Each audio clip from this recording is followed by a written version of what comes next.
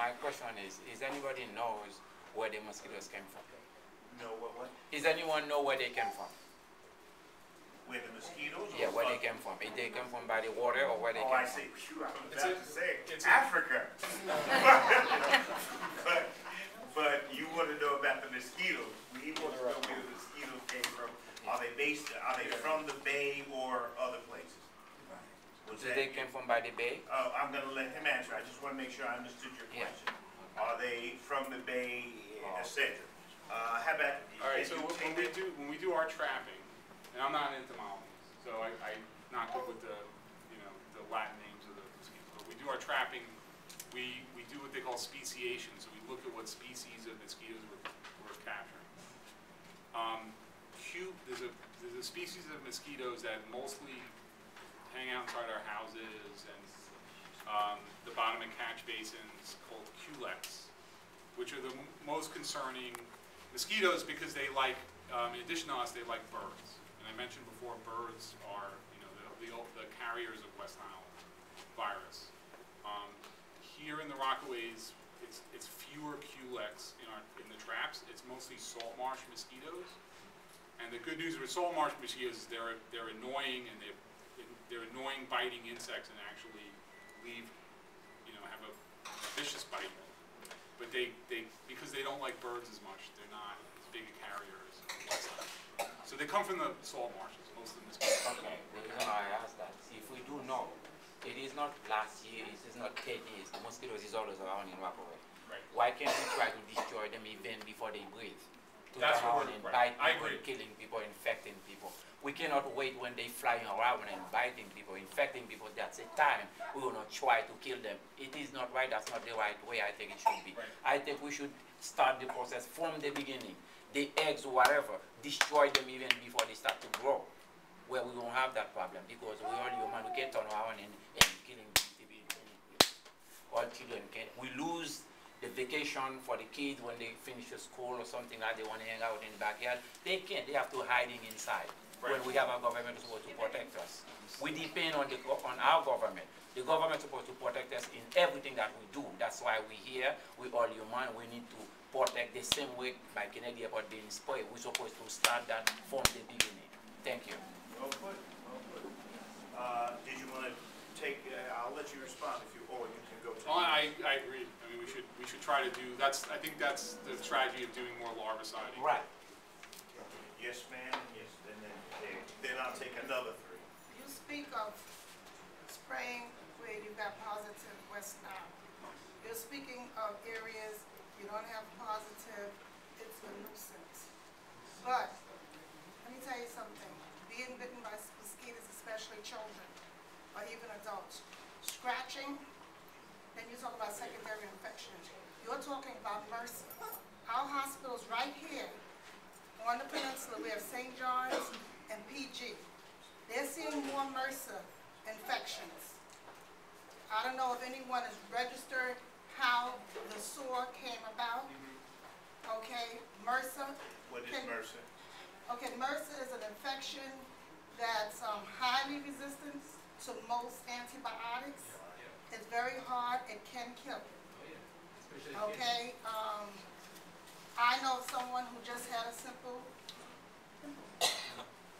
MRSA and went into psoriasis. Wow. And everything. MRSA can kill.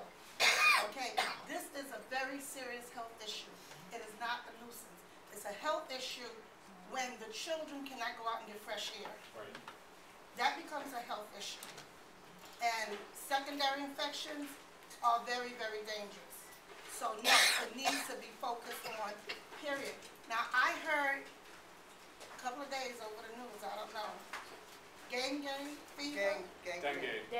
Dengue fever that was seen in Africa from mosquitoes. It has been seen here. I think 3 cases or something. So now the fevers and that can kill you. But if it don't kill you, they say the pain is the worst pain in the world. Okay, that the mosquitoes are carrying also. But the mosquitoes here is not a thing of a nuisance. This is a very, very serious health risk here because you're looking at too many cases of MRSA in such a small area. Right.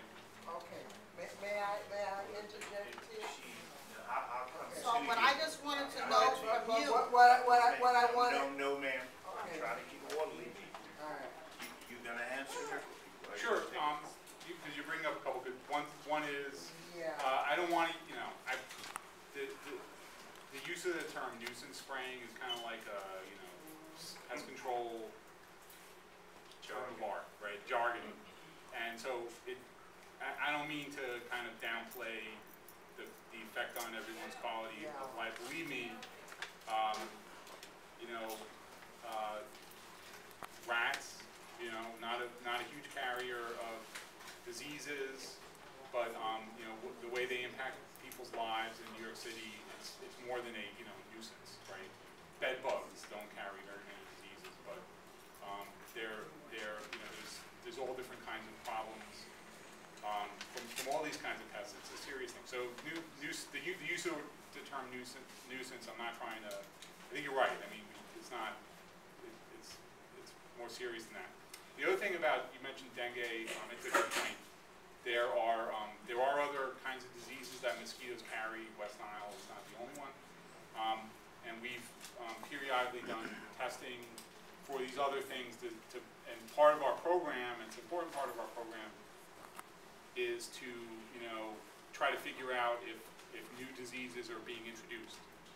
Because there was no West Nile in New York prior to 1999, so you never know when there could be another disease introduced for a variety of reasons. So far, we haven't seen dengue in our mosquitoes. We had a case, I think, here, which is an imported. You know, we have cases that are reported, but they're all imported cases, meaning they caught it somewhere else and they were here. I'll go here. Yep. I was taking a lot of notes. I was making some notes for myself that I wanted to ask you. I just wanted to make you aware of something. Before the summer started, somebody on the health department, somebody in the city government said to our district manager to me before 14, you don't have West Nile, you're on your own. I think, you know, that was exactly what it was. But this is what I'm getting. You will spray for controlling West Nile, but not to control the mosquito population. Now, I can see that, and I guess everybody here can see that, for other parts of the city. But Rockaway is kind of different, I see it. And if you're concerned about a health problem, and you're concerned about quality of life versus a health problem, wouldn't you also say that the mosquitoes that are out there right now, mosquitoes that are coming at the children and everybody, that is also a health problem? Yeah, right. Well, let me just sort of back up a little bit. I don't know who said that. Hope said that the Rockaways were on their own. Nah, no one should say that. Actually, we do. You know, the larvicide application. You know, let me put it this way: the health department's real strategy for control is really the larvicide application. That's where we put most of our effort. And the Rockaways are getting more of our larvicide applications than other places. And the mosquito magnets and the dunk and all those things are things that we do to control mosquitoes outside of the spray events or the adulticiding. My only point with the adulticiding is we're using it sparingly for two reasons, because it's expensive and we're just not funded. It's not too expensive for people, for human race. It is not too expensive for the human race. Let me correct you there. Well done. Okay? Okay. Now. No. Let him finish. You made your point. I got a lot of focal questions. There's a downside to Spain. No, there's no downside to that. You know, there's a. These are human beings out here.